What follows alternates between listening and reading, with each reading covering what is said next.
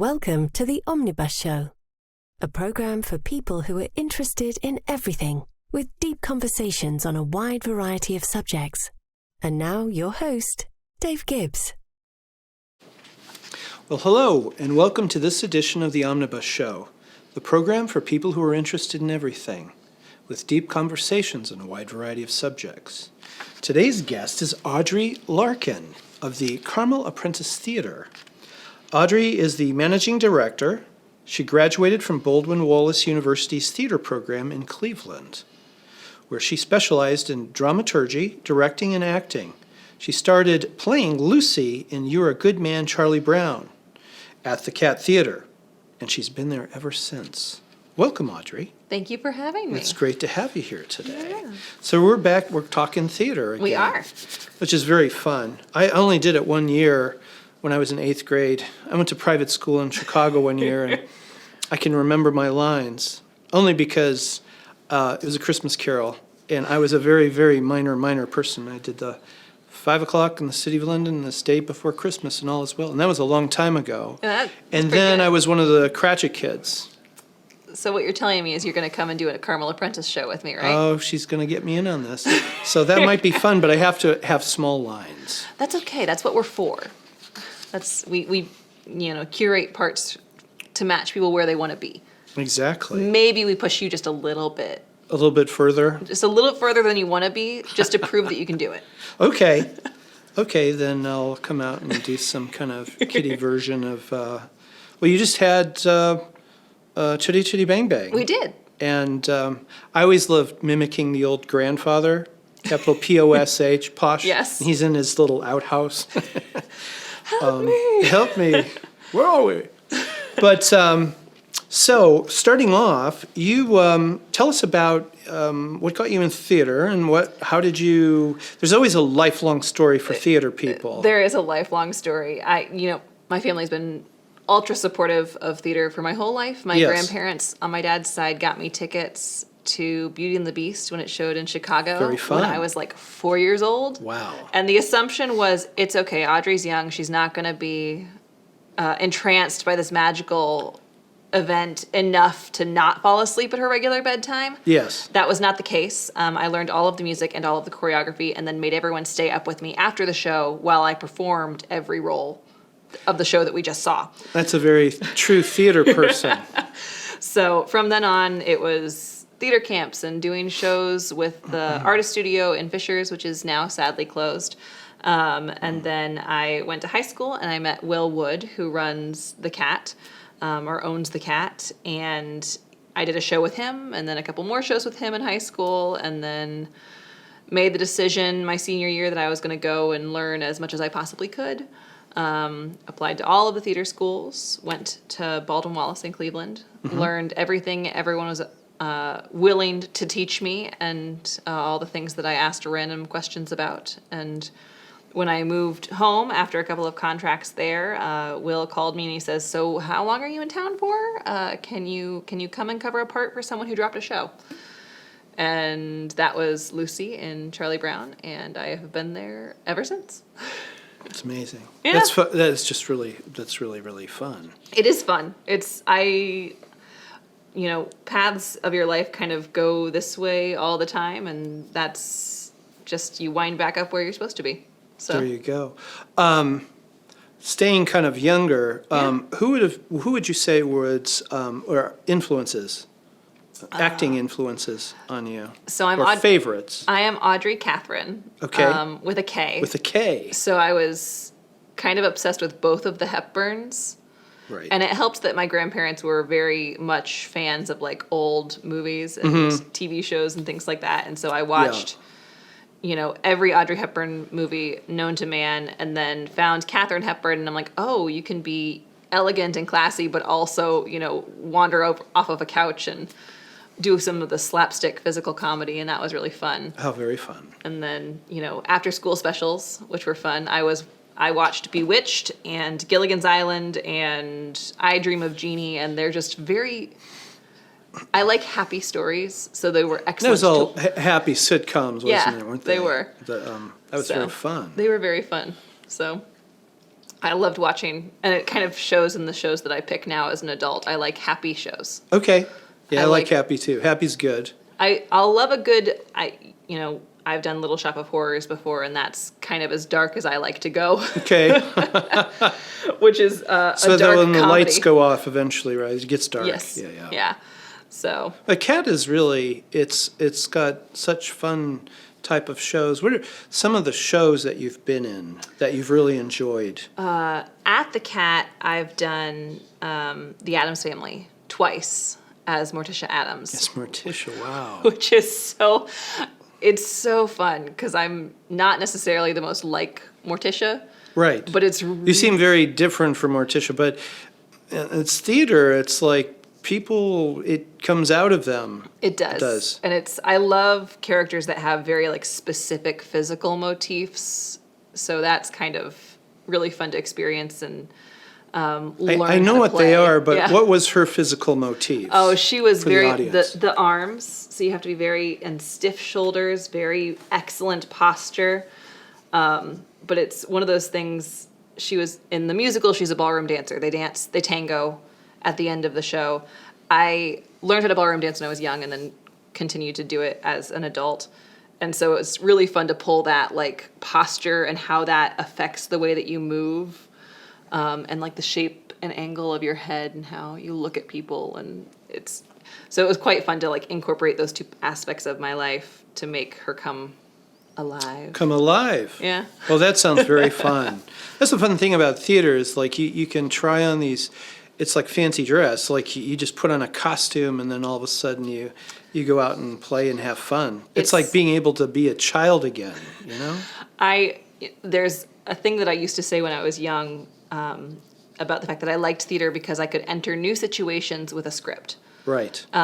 Which normally I quite like to avoid. I'm an introvert. I live in my comfort space. I know what I know, and as I learn things, my comfort zone gets a little bit bigger. But theater, you give me a script, you tell me how I have to do things, and then it's my job to make it happen. And so it's really very successful in curing some of those, frightens, like anxieties for new spaces. Okay.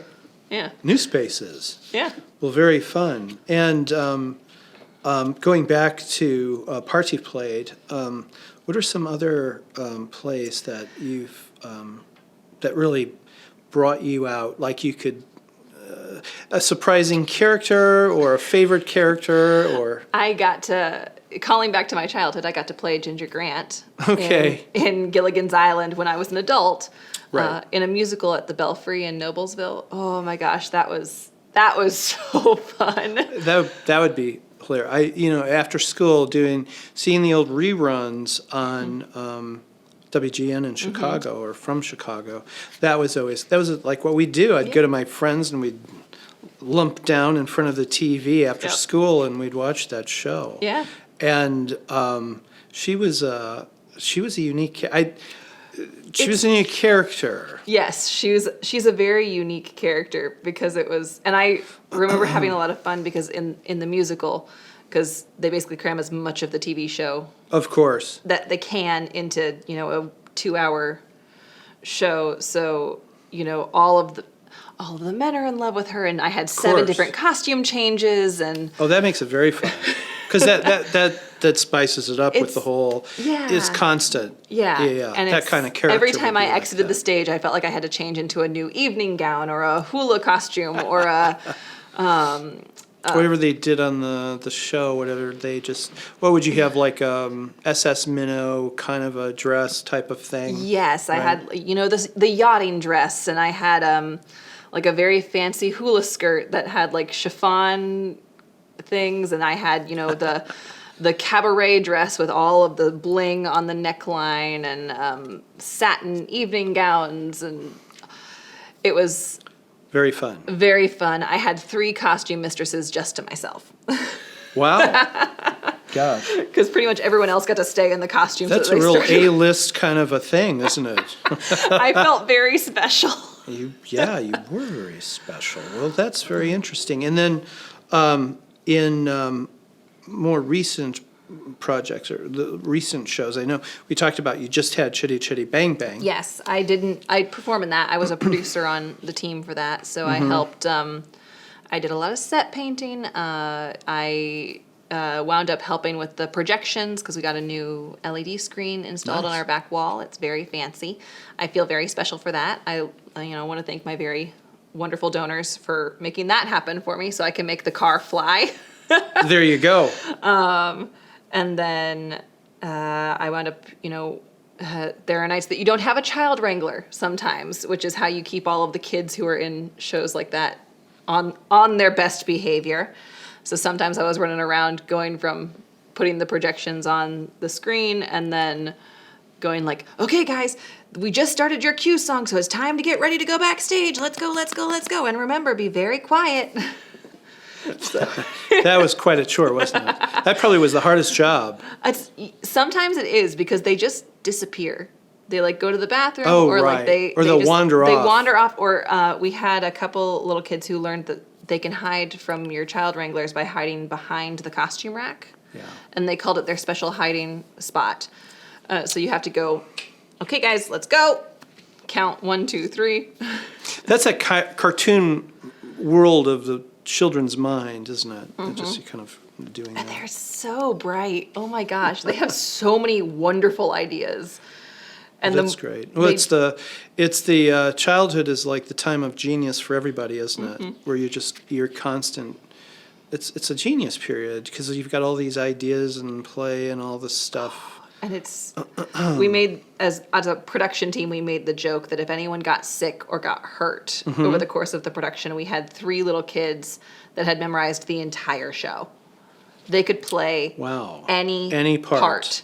Wow. And that was like, we're just like, if something happens, we're calling. And it's just, so that Well, it's great to have people like that. Yeah, And kids it's like fun. that because they can always fit in if something comes up. Yeah. I was not that child as a kid, Neither but I was had I. a friend who was like that for every show we did together. Wow. She learned every single line. Every part, every line. Every line, every song, all of the dances, and I'm just like, I'm not that focused. Yeah, that's really focused. Yeah. And that's quite a characteristic to have, especially if you're going into theater. Yeah. Well, that's fun.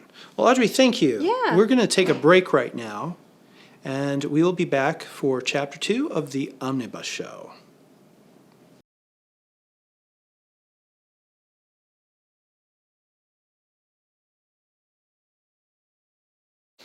Hello and welcome back to Chapter 2 of the Omnibus Show. This episode's guest is Audrey Larkin. She is the managing director of the Carmel Apprentice Theatre. And for Chapter 2, I'd love to learn more about the cat, as it's known, as its nickname.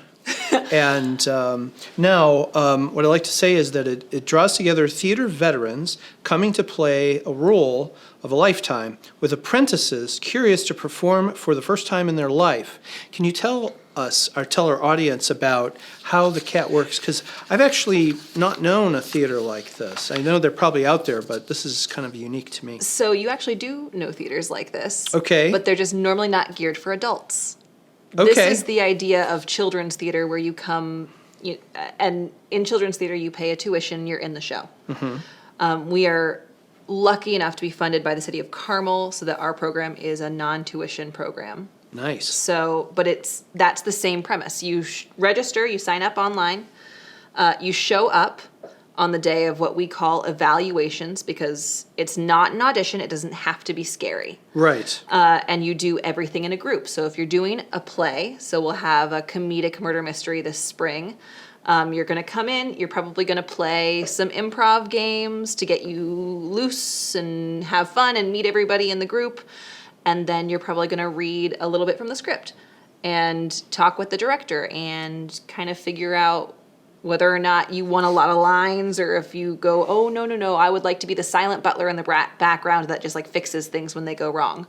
Because I have had someone come in for an apprentice show and that's what they did. Okay. He says, I do not want to have to learn any lines, but I'm really, really happy to like do slapstick comedy on stage. I will trip and like dump water all over somebody, or we rigged a candle to always fall over. Oh, okay. And so, and it would just droop through the whole show, and then he'd come in on stage, he'd look around for everything, see the candle, walk towards it, fix it, and then he'd turn around and we'd make the candle droop again. And it was the physical comedy to fill the space and time when people have to like change clothes, Sure. or like find a prop that's gone missing, or something's gone wrong, because it always goes wrong. And you always fix it, which is the fun thing about the Apprentice Theatre. So you come in, you do that, and then we do a fall musical normally. And that one, you register, you come in, you sing as a group, you dance as a group, you read from the script as a group, so that you never have to do anything alone. Okay. That's the whole goal. It kind of helps, doesn't it? It helps, because as someone who's done quite a few auditions in my life, even as someone who's been trained in college to go and audition for things, it's terrifying. Because normally it's a dark room. When it's just your voice. It's just you. It's something you've practiced, and so you know how well you can do it by yourself in your house or in your car. And then they put you either in a room where there's a panel of like 7 people staring at you. Right. And like the number 1 rule is don't look at them. Okay. Which is a bad rule. It's a bad rule. I don't like that rule. Don't look at them. You have to look like right above their heads. Oh, right. And because Like you don't want to above the put them camera. in the position of being your scene partner. Oh, the person you're looking at. Right. Or they put you on a stage and they're all sitting in the dark, and that's hands shaking. Okay, gotcha. You're just like, oh God, I didn't practice like this. Right, exactly. So in order to kind of take that fear away, especially for our apprentices who may have never done a show before, or And they might freak out on stage. yeah. And we accept that people freak out. You can come in, and evaluations, if you've never done them before, can still be just as scary. Sure, I would 'Cause- think so, especially when you're young, you're inexperienced, and you don't have that kind of confidence. It's going to be just nerve-rattling, I reckon. Or- Even if it's in front of, like, family relatives, like friends it's like, oh my It's gosh. hard. Yeah. And so It's a challenge. You got to get over that. And the goal is you're greeted at the door with people people who've been apprentices before come help with registration and getting everybody in their place, and they can talk to anyone who's kind of nervous about their experience. Right. And then you go into a room and there's no sitting in the dark. The director's going to talk to you like you're a regular person. You're going to play some games. We're going to make sure that you're not freaking out. Right. And talk Put to 'em you. at ease. Yeah, and you can write on we have, evaluation sheets that say like, this is my phone number and my email address so that we can contact you. And then instead of having Who's your contact if you pass out on stage, right? if you're It's your under mom. 18, please give us your mom's phone number Exactly. so that we can call her if anything goes wrong. And then instead of having people bring like a headshot, Okay. we have a Polaroid camera that makes you get like really, really close to the person. All right. And it's an opportunity to make them giggle. Okay. Like, right. Because it's a fun thing. It's funny, it's silly. and it's immediate. And it's immediate, and then we go, here's your picture, we just need you to staple it when you, and it's going to look goofy, and all of it, you lay them all out, everybody's got it's like half of their face. Again, they're all together. They're all so together. It's not like you're just Yeah. this you alone thing. Exactly. Yeah. And then it's a very large sense of community. You go through the show with the same exact people, Okay. And those kinds of things really build wonderful, powerful relationships. Yes. And that's what makes people want to come back. That's what makes people go, oh, I think I want to graduate from Apprentice Theater and go try to audition. And then we say, great, do you want help? Because then we'll, there's been, I think, like 14 of us who've directed shows for the Apprentice Theater. And you can email any one of us and be like, I need some help with this, and we will find time. Of course. Because the goal is we want you to succeed. We want you to have fun. Right. That's And- good. So there's not this thing where you have this director who's just like stresses everybody. That kind of archetype where they're kind of, everybody get in line. You know, it's like they're kind of stressing people out, and they're like, put that gum away. You know, there are moments like that. There are moments like that. But that's moments like every theater where you get to like Tech Week. Right. And things are going wrong. Okay. Or things aren't finished. Or, you know, you realize that your lead doesn't know his lines. Okay, back up. And you go, okay, cool. How do we fix this problem? Mm-hmm. Which can be anything from hiding script pages under a pane of glass on a set piece to... brilliant. Or I've given people character-based notebooks, and then you can... Sure. This is not what I had written down in my notes. I'd have to be like, I don't have my glasses, so can you project that onto the wall? Well, and it's, you know, one of the things that we've kind of been doing for every show is we also have like master classes. Okay. So all of them involve some type of improv. So that if things go awry and you're an apprentice, there's this rule in improv where you go yes and, so that someone else can save you or like someone else can help figure out where you are. And that helps ease a lot of the tension come performance time if like they go up on a line. But we've also done dialect training for certain shows. So I've had someone... Tell us about that. Yeah. About dialect training. So you have different dialects that you can do, and we've done quite a few murder mysteries. I directed one that was an Agatha Christie murder mystery. So I brought someone in to teach received pronunciation, which is that very uppity, very distinct... King's English. King's English, very enunciated, heavy on the diction kind of an accent. And H. Yes. H. H for H. H. And then, so all of those things kind of help people. And you learn, there's some people for apprentice theater that you go, it's okay, you don't have to. But if you want to, we encourage. Okay. For you, because dialects are hard, and not everyone can learn them in, say, 10 weeks, which is what you've got for an apprentice theater show. It just reminds me, I think of that type of stuff when I was in school and people like at college and in college French. Yeah. Or je suis dans le lune, you know, kind of Hoosier-fied French. Everything. And that was always funny. It is. It is always. But some people have a hard time with accents and language and so forth. There are some people who are really excellent with and there's some dialects, people who are really excellent. And it's kind of the same way that there are people who are really good at learning languages and people who are really good at math. True. And it's kind of the same, different parts of the brain. But I always find it really fun. And one of the lessons that every apprentice goes through is the diction and pronunciation and projection lesson. So I need to be able to hear all of your consonants. I need you to enunciate really well. Because one of the things... I take it you project very well on stage. I do. There you go. You just have that kind of voice. And I can be quite loud. Perfect for the stage. It's excellent for the stage. And it's very fun when you're teaching someone who doesn't know how to project. Because sometimes I forget how long I've been using these skills, because I've been doing live theater since like natural. age 8. And so going through and having to teach someone how to do things that I've been doing for so long is actually really fun and very rewarding, because you have to think about it again. Sure. And you have to draw it out. You have to figure it, and you have to relate it to something that they're going to understand. Right.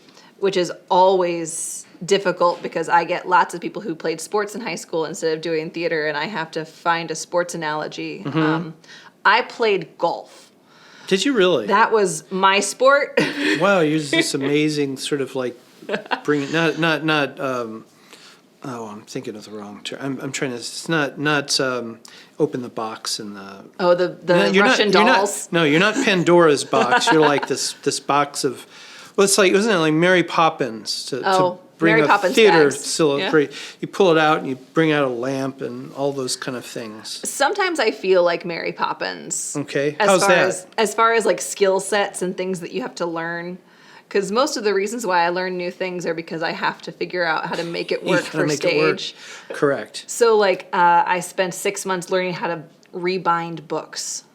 Really? Because you can find a bunch of paperback books for very cheap, but you're doing an 1800s play. Sure. So they can't be, all of the romance novels off of the Goodwill shelf. Right. So you have I to learned look old-ish looking. So you learn how to make cloth-bound books, and Very fun. Yeah, or I learned how to make giant bows when we did a production of Annie, because all of the Christmas decorations have to be Like big, right? over the top larger big. than life, over the top. And so I learned how to make Christmas bows, which is a weird skill that now my family benefits from. Because I put giant bows on all of their... You could have a stand out there at the Christmas market. And Just go sell out Christmas there bows. And sell Christmas bows. Yeah, that would go very well. I know how to embroider. I know how to... Wow. Those kinds of weird, quirky things that you pick up because somebody needed something at one point in time. But now I get to teach people how to do it, which is really fun. It is very fun. Well, that's very fun. But so if someone wanted to join up, what are the parameters and what are... Let me try to say. It's like, what do you teach them? Well, you've gone over things that you teach them, but the goal is to get them in the show. Yes. So and kind of going at their pace or what their interests are. yes. So when you register, I have so many parts per show. Right. So you're either going to get an email that says, congratulations, you're in the show. Or you're going to get an email that says, thank you so much, you are on the wait list. Please still come to evaluations. Because we almost always wind up with people who say, they're guaranteed a part, and they go, well, I really only want to be in the ensemble. Okay. And so then another part opens up because we'll just expand the ensemble, and we'll just keep expanding the ensemble. And up until Chitty Chitty Bang Bang, we said, well, we probably shouldn't have more than 27 people on stage at any given time. And then we did Chitty Chitty Bang Bang, which we had 46 cast members. So it's like, come on, people from the audience. So we just kind of were like, oh, we can do larger shows than we thought. Maybe that opens up some other things that we hadn't thought we could do. And those shows with larger casts, Yes. or casts that have frequently characters that play two parts, Right. suddenly you can split those parts for two people who want smaller, reachable goals. They want to say, well, I've never done a show before. I would like a couple of lines and maybe like one line in a song. Okay. And then suddenly I can break apart two parts and say, okay, this one's for you and this one's for another person who said the same thing.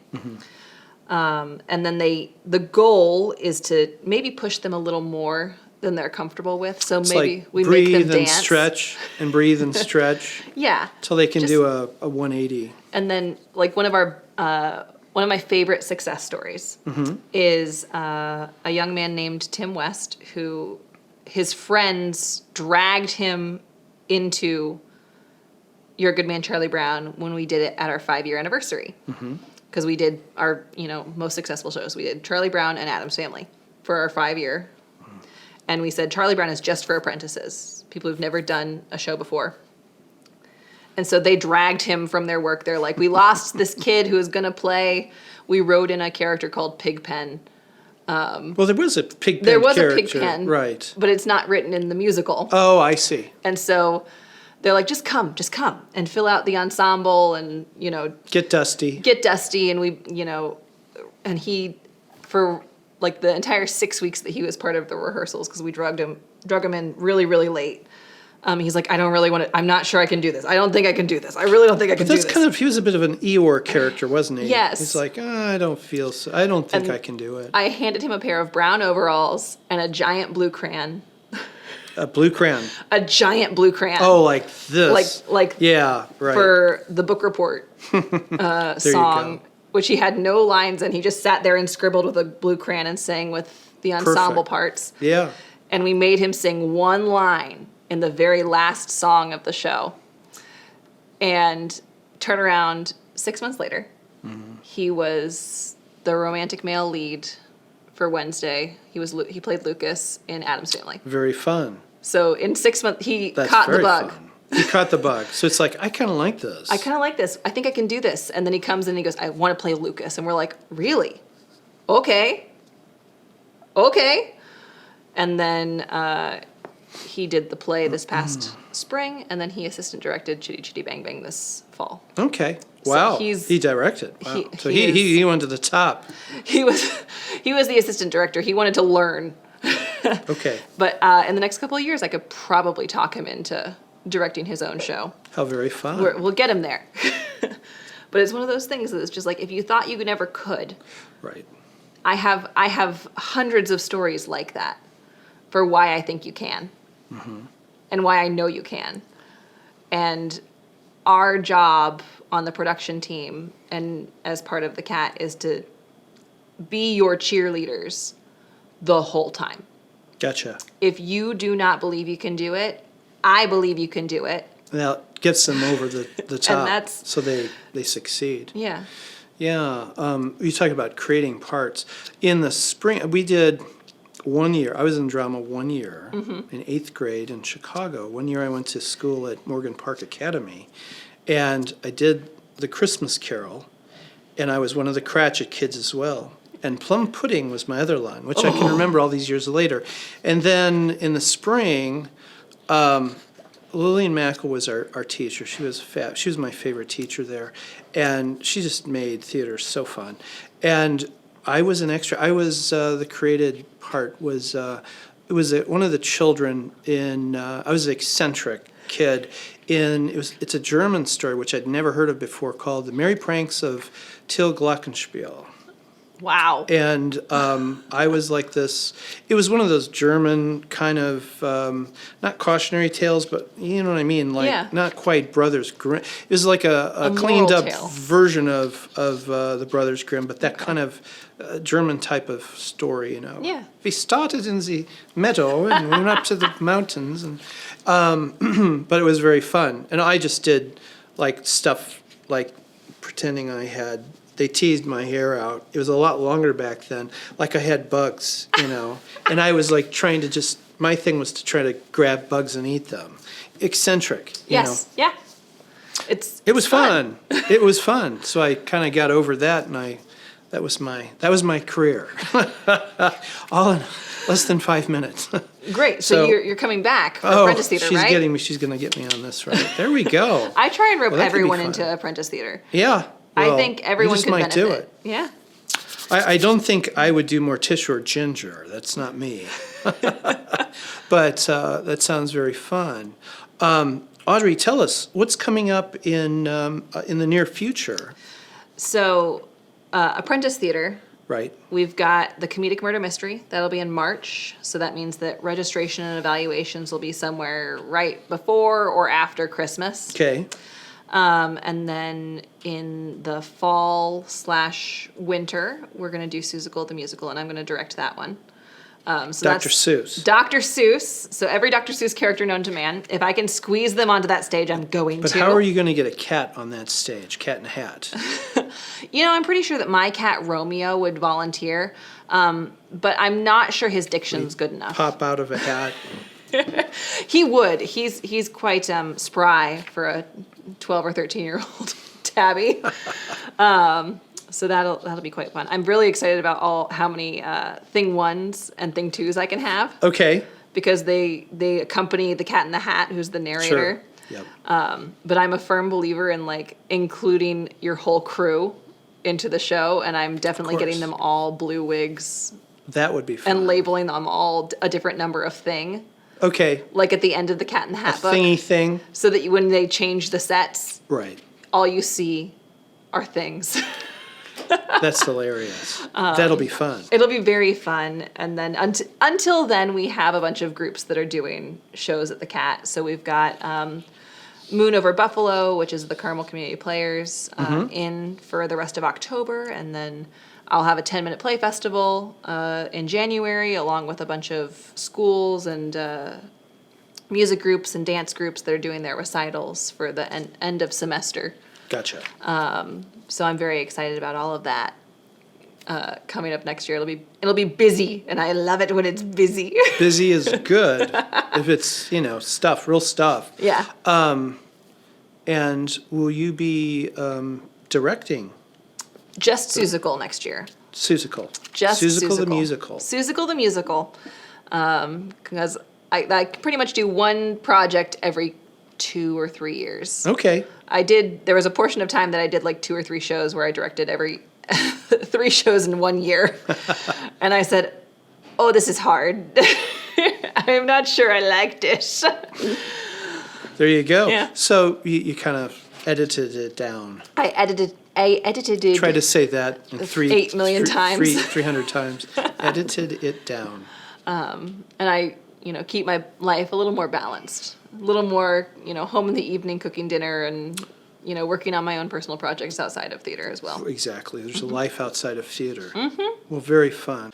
Well, thank you, Audrey. It's great having you on today. It was wonderful to be here. Well, thank you so much. And, I just wish you the best in your upcoming theater season. Yes. Well, thank you. Well, that's it for today's episode. We'd like to thank Audrey Larkin, who is the managing director of the Carmel Apprentice Theatre. We will put their link up in the description notes so that you can learn further about the theater and the productions coming up. We'd like to thank our sponsor, Hotel Carmichael. Today we're shooting from Feinstein's, and we look forward to being with you in the next episode of The Omnibus Show. If you enjoyed this program, please like, share, and subscribe to continue the conversation. For the Omnibus Show newsletter, please sign up at theomnibusshow.com.